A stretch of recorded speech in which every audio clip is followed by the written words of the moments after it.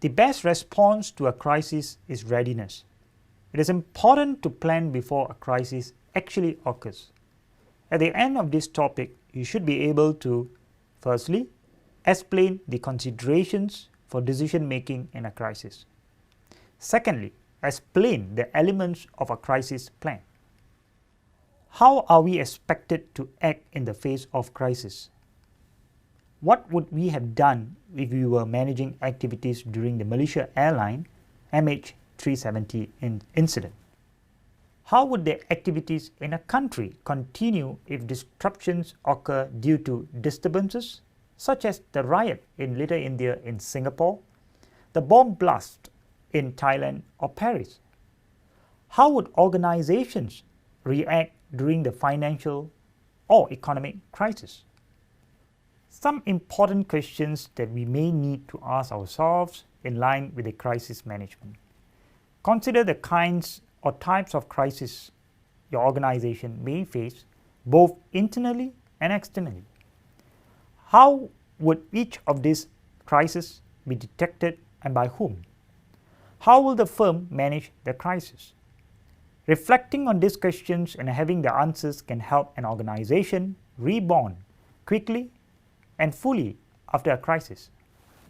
A crisis management plan should address each of the different elements to optimize success, survival, and response time. Psychological and cultural actions include strong leadership, management support, and commitment. This could be achieved through training or psychological support services where the emphasis should be on human and emotional impacts of crisis. Strategic actions, such as integrating crisis management into strategic planning and official policies. Technical and structural actions, such as creating a crisis team or dedicating a budget to crisis management. The backing up data remotely during an earthquake when local hard drives are in danger would avert loss of data. Evaluation and diagnostic actions refer to procedures which need to be in place before a crisis strikes so as to optimize response time.